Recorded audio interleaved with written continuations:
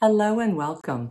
If you're new to my channel, my name is Christina, and this week's video I really want to share some fun, easy DIY projects with you. I'm going to talk you through all the details and the techniques, so let's jump into the video.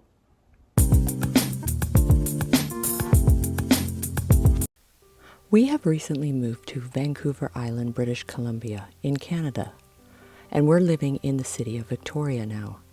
We recently had just purchased an old historic home, 130 years old, and now we would like to put our mark into it, paint it, and make it our own. We'd also like to keep the antiquity of some of the original features that are still left with this heritage home. We also have two older standard poodles, Raphael and Hatley. And inside this home, we have a very steep staircase, so we're going to make some changes based on the space that I work in.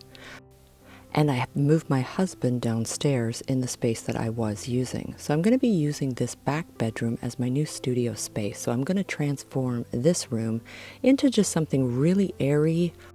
And because I film a lot in this room, I'm going to need something that's going to reflect a lot of light. So I'm even thinking I'm going to have to do something to the floors. We have plans to have the floors restored, but for now, I think I'm just going to find something that I can use for the meanwhile. Because I do a lot of painting and I'm also doing a lot of DIYs for my channel, I'm going to need something pretty durable. I'm going to start with Benjamin Moore's Gray Owl for this room, and it's a beautiful, beautiful, very light gray. My favorite go-to is the Regal Select Premium Interior Paint and Primer in the matte finish. I'm also going to be doing my trims in the Onyx Black, which I've been doing in some of my other room makeovers. It's always good just to make it a little less overwhelming to start with the basics. So this is the flooring I have chosen, which I've actually purchased at Home Depot. For the utility of this space, I needed something that was going to be somewhat waterproof, durable, easy to apply, resist dents, which also hides imperfections in the floor that we currently have until we can have them restored. But also something that's going to reflect the light. I found it interesting that this is actually a mark from an old radiator heater, so it goes to show you how old the home really is. I've been doing a lot of home painting, and the Regal Select goes on like butter. I absolutely love it and highly recommend it. I like to use the 3-inch and the 2-inch Wooster brushes. I like to hand paint my walls, but if it's easier for you, definitely use a roller. But it's always really helpful to go around all your edges and your corners first with a brush, then go in with your roller. When I do use a brush, I never go up about a quarter way up my paintbrush. Anything above that's going to be a waste. I bought 4 boxes for this room, but I'm only going to open one to start just to make sure that I like it on the floor first, especially next to the Gray Owl paint that I've purchased. All paint in a can, as well as its first application while it's moist onto a wall, will look a lot lighter and dry darker. The angle brushes really help me get into the corners as well as the window frames. I like to use a really good angle brush, preferably a synthetic brush. That's why the Woosters I find very, very helpful. And this way I can eliminate how much tape I'm using when I'm doing a room makeover. This color currently in this room is interesting. It's almost like a peach and a pink, almost a combination of the two. And it takes all the way up the wall and also onto the ceiling, so I'm going to have to paint all of it. What might be very helpful for you too is just to start with one area of the wall and decide how far. In my case, I actually have a picture frame mold, and I'm not sure if I'm going to take the paint color all the way up just to there and then start with the white. Since I've started painting this house, these brushes have been a saving grace. I absolutely love them, and they wash up beautifully. It's always really helpful to test the paint before you proceed in your project, which I did on my previous video. That's how I came with this color. And I still have plenty of this Chantilly lace, which I'm also going to use to recycle what I have to use for the ceiling. This color of white is pretty comparable to a standard ceiling paint, and I haven't decided if I'm just stopping at the crown molding or if I'm going to carry on.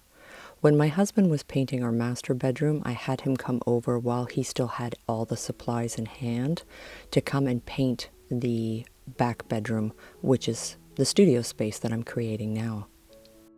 So again, I'm just painting as I try to figure out how I want the room to situate with the paint colors. And I've contemplated taking the white to that picture frame molding or just take it all the way up to the crown molding. But that's okay. Just play as you go and decide as you go. So I've concurred that I'm going to go all the way to the crown molding and then I can continue on with the ceiling. But as you can see, it's actually a peach ceiling. So I'll get my husband Ryan to continue on with the roller. This gray owl looks so beautiful amongst different textures as well as different colors, which I'll be able to get to in other videos on other things that I'm going to do to DIY this room.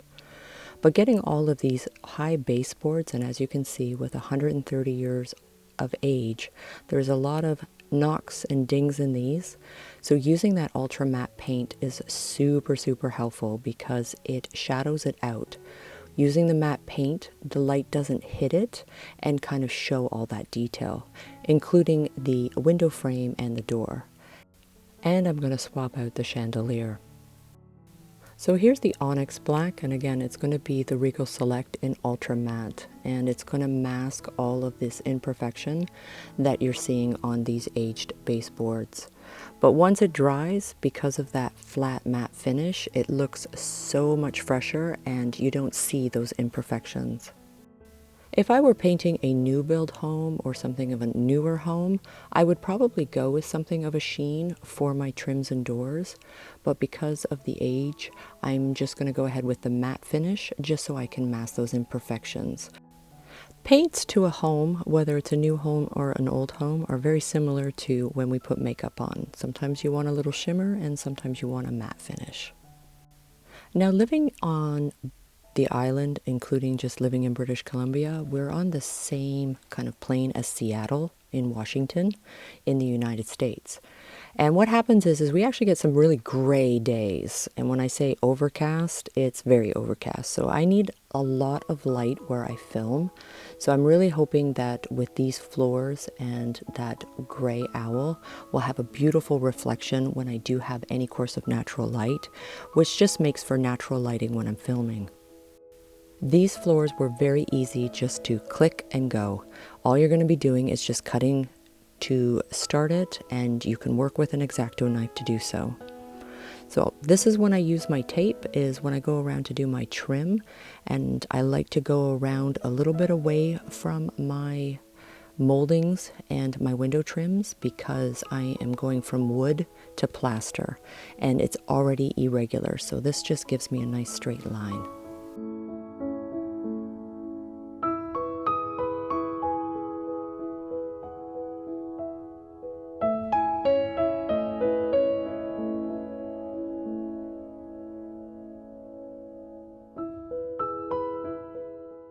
A lot of the house carries this brown, including the switch plates. So I'm just going to carry on with using the Krylon, which is a flat black, and it's great because when you spray it on, it's not really a clumpy spray paint. It goes on quite smooth, it doesn't drip, and it dries super quickly. And it comes in all kinds of colors, so if you even wanted to paint them white. So I don't dislike this, but I'm also not really drawn to it, and its lighting is not good. So I'm gonna have to switch out the bulbs, and I found this chandelier by Hampton Bay and picked it up at the Home Depot. I wanted something really clean and light, and I didn't actually want any light shades on it. And again, it's because of the filming that I do. I needed something that was just really well lit. It really wasn't very expensive. I think it was $79.99. And it's very easy to assemble, and it also has the 5 light bulbs. But what's so funny is they only sell 4 in a pack, so I was short one. So it's very light. It looks like a cast iron, but it's not. And we're going to recycle out the current chandelier that's there, and I'm going to get my husband to place it in a similar proximity that the one that's already there. So this way the light can spread across the room really well. I'm going to be DIYing my own curtains, and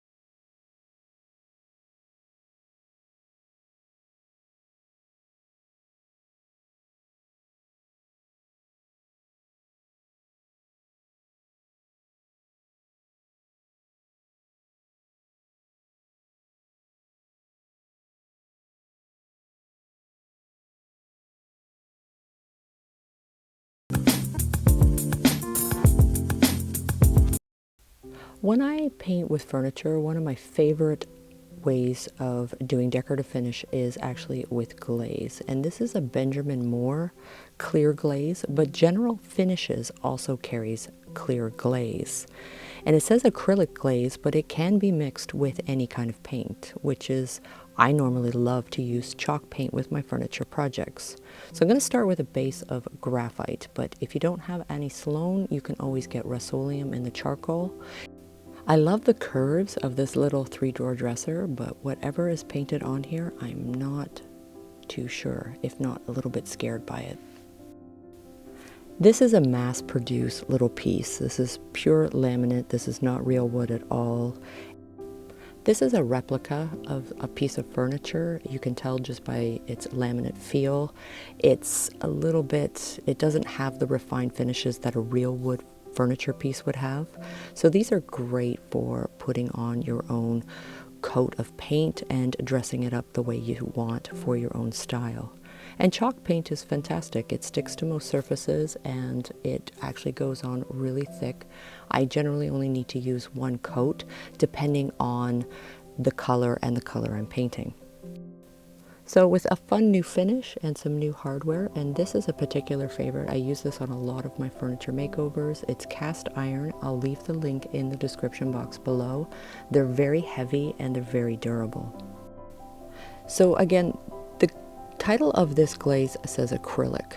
Now that's because it's compatible with wall paint. So you can create the kind of finish that I'm about to show you on this piece of furniture with wall paint. And it is actually something I would like to do in a future tutorial.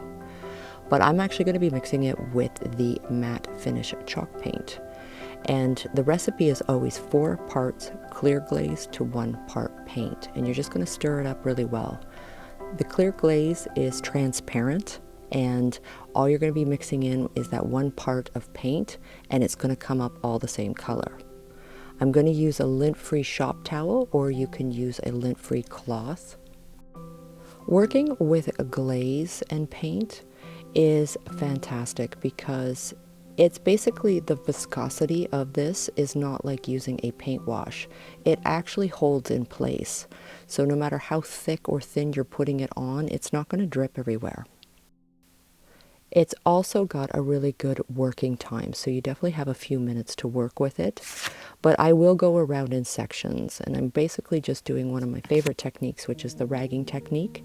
But do remember that when you apply your glaze, because of its transparency, it will dry a lot lighter. So it's going to look quite heavy as you're seeing me apply it right now, but as it dries, it will go a little bit more transparent, leaving that texture behind. I didn't really have an overall plan for this dresser other than I wanted to go with a nice charcoal or the graphite look, which is a really dark gray, but I also would like to highlight it. So that's where I thought using this glaze composition would be really helpful for this. That way I can play with the layers. So I'm going to start with the base layer and I'm just going to go around and create this texture. And again, just going in small sections so that way I can kind of control the texture that I'm putting on with the rag. I did wait for my base coat to be completely dry. But generally when I use water, I will wait overnight. But when I work with glaze, I usually just let it dry for a couple of hours, and I've never had any issues with the paint underneath lifting. So the cure time of your base coat is a little bit more flexible when you're working with glaze. I am going to create the texture all around the drawer frames as well. So now that I've got that one coat on, I'm going to let it dry for a couple of hours and then get to my second coat. The fun part about working with glaze, it's very forgiving. So if there's an area you're not too sure you like it, you can always go over it again. So I try to overlap when I'm working in sections. Once everything is completely dry, you can go and put another application, and really all I'm doing is just creating more highlights against the lowlights. Because this dresser has interesting kind of bowed curves to it, all the areas that have those curves, I'm just going to create a much lighter hue to it as if it naturally aged for kind of that old world look. Again, the clear glaze is so that way you can play with your paint's viscosity. This doesn't seal your projects or your walls or furniture. It's just to play with the paint in a different level and have more artistic availability to do some of the things that you would like to try, particularly textures. I will be doing this to a wall, and I'm going to be doing a meshing technique to the wall. It may kind of have a similarity to that of lime washing, and it gives off a beautiful effect. So like I said, the Benjamin Moore and General Finishes carry this clear glaze, and it's just a working medium. But it does allow to work with the different kinds of paint, not just wall paint. Once I was happy with the textures that I've created, I let it dry, and then I'm going to go and put clear wax, and this is going to help seal your painted projects and help protect them. Just use a lint-free cloth and it goes on just like moisturizer to the skin.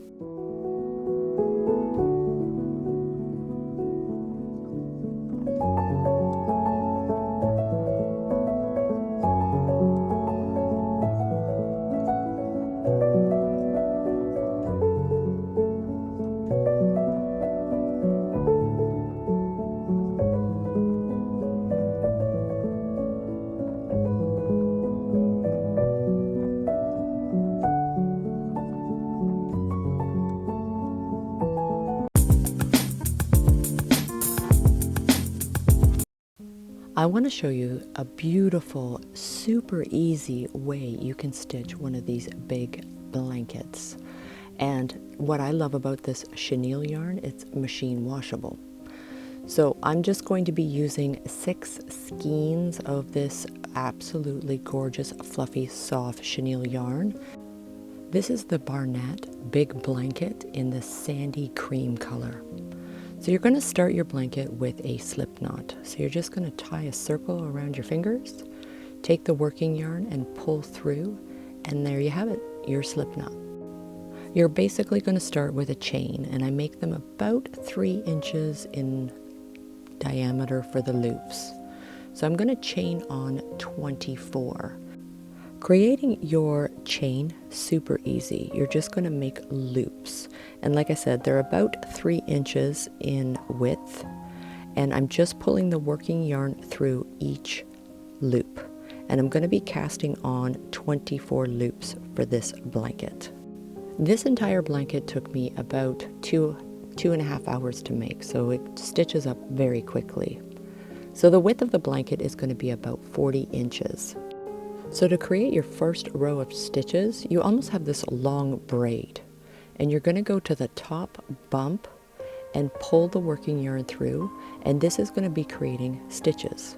But as you notice, I'm going to create one large one, one small one larger one, one smaller one. So they're about an inch in difference, and there's a reason for that, and that's how we're going to be creating this linen stitch look.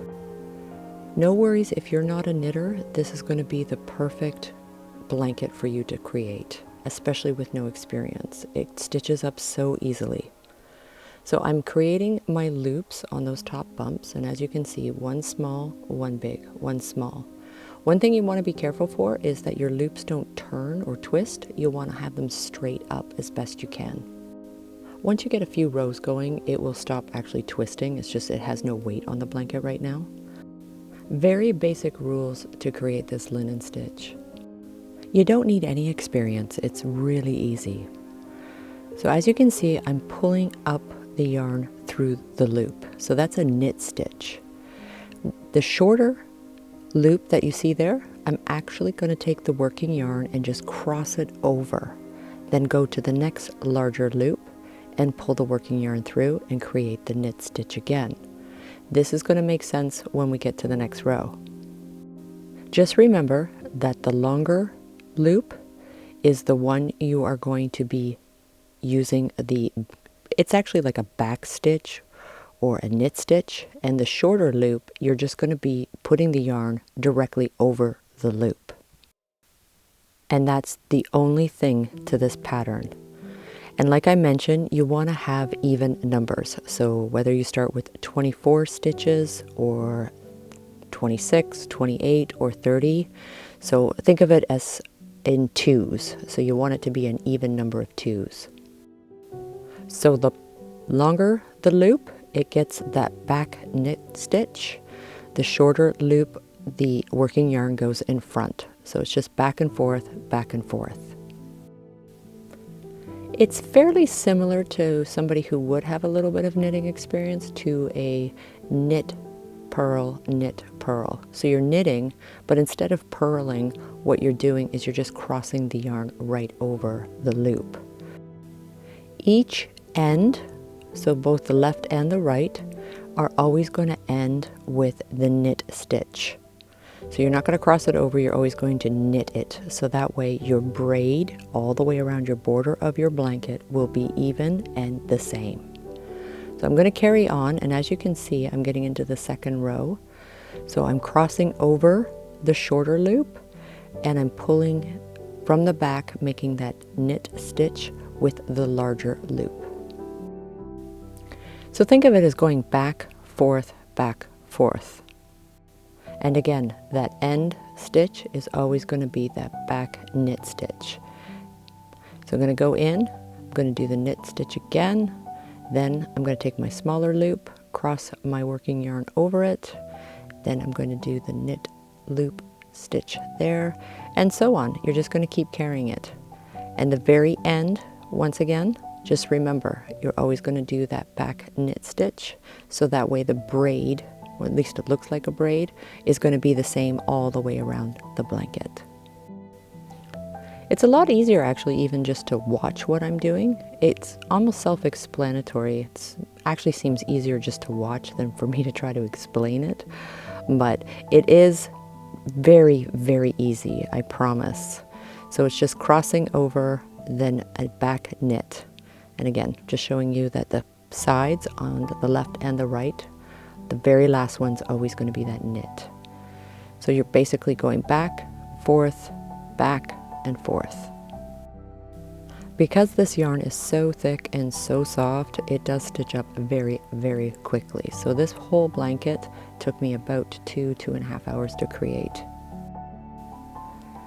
The interesting part about this pattern too is it actually has a seed stitch look on the back. So it's quite beautiful on the back as well, but I love this linen look.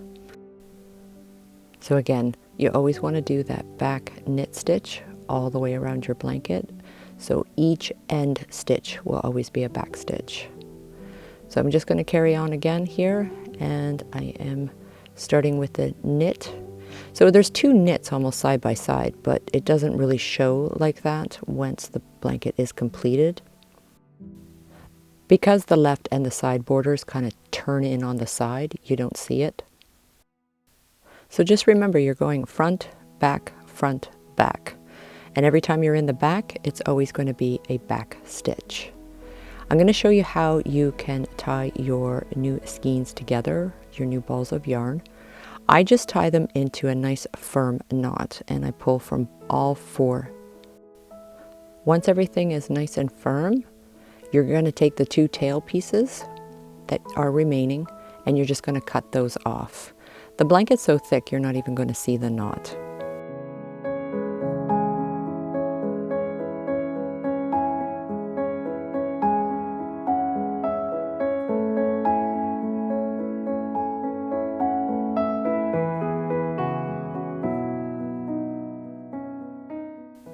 This is going to be a medium to large size blanket, so if you wanted to make an extra large blanket, you can go ahead and add another skein, making a total of 7.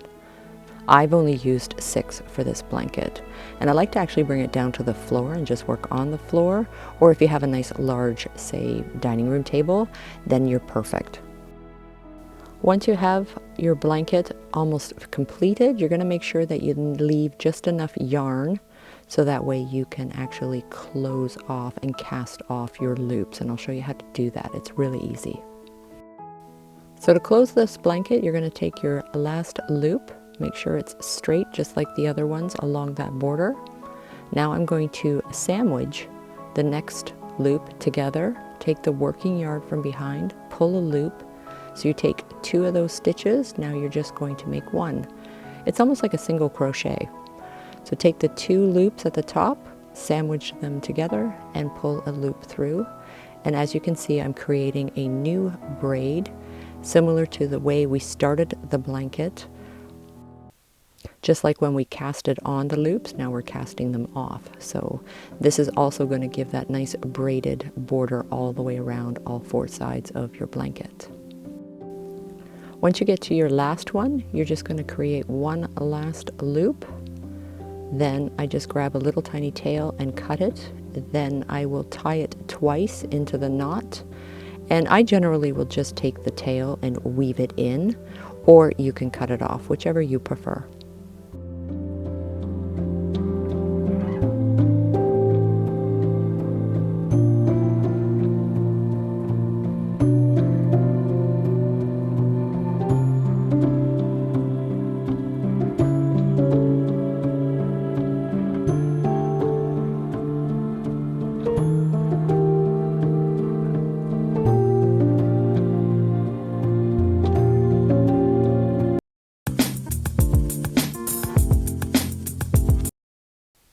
For dozens and dozens of times I've seen the monkey fist knot, and I have a whole bunch of this tube yarn still left, and I thought it might be fun to show you how to make the monkey knot.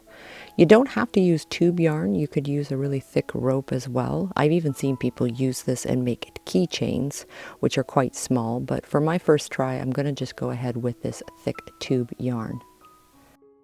When you cut the tube yarn though, you're going to have to sew the ends so the cotton batting doesn't come out of it. So I'm going to cut about 3 meters worth of this tube yarn to create a little bit bigger than a fist knot. And it's really quite easy. You're going to coil 3 rings around, and I use my left hand there to hold the rings together. Now I'm going to go the opposite way around the ring, creating 3 more rings. This was not my first try. I had to do this a couple of times to get it. Once I had the 3 rings around the opposite of the first 3 rings that I made, once I got that balanced, what I found really helpful was to make sure to leave my hand in place so that way everything wouldn't unravel. So you'll definitely be using both hands for this project. So now that I have the 3 rings going around the first set of 3 rings, I'm going to take the end of the tube yarn and I'm going to do another 3 rings, but I'm going to go back in the hole that I created from the first set of rings. So I'm going to thread that through. I'm not going to pull it too tightly, and then I'm going to come back around the bottom part of those first 3 rings. So you're just basically making a set of 3 rings, making another set going the opposite way, and then you're going to go back the same way again. So it's really just watching how I'm doing this that really kind of ties it all together. So right now I'm threading the last set of 3 rings into the upper and lower first set of the 3 rings I started with. So once I have the last 3rd ring in there, then what I'm going to do with the remainder is I'm actually going to tuck it inside the monkey knot itself. And then I'm just going to keep playing with all of the rings until they're almost evenly shaped. And if you have to go back and watch this segment again, it's all in the timestamps of the video because it is easy. You just actually have to try it a couple of times. But as you can see, I've just got to kind of pull and shape those rings. But the first time I did it, it certainly didn't come together very nicely. I think I had to do it about 4 times until I actually got it. So if you get it on your first try, let me know in the comments below. So I really hope this video helped. So that way you can form these. And again, you can make this with other types of materials like the thick ropes. They make great door stoppers, paper holders, or just overall fun decor.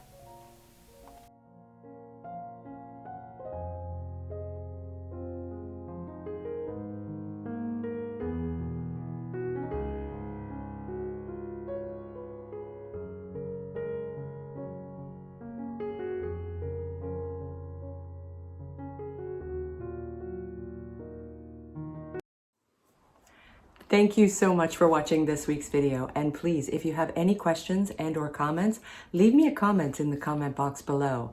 Plus, if you haven't already, consider subscribing and hit the notification bell. That's going to tell you when I upload my next video. I have so many more fun DIYs, room makeovers, and furniture transformations to share with you soon. So until then, take care. I'm really looking forward to seeing you soon.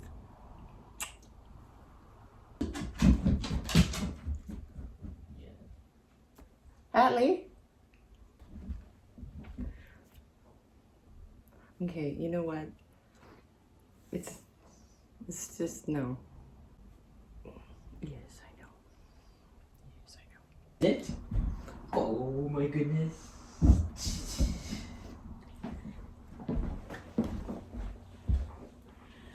It's all about the cookies.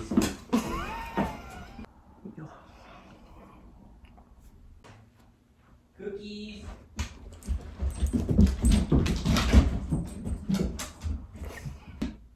Guys. Guys. Hello.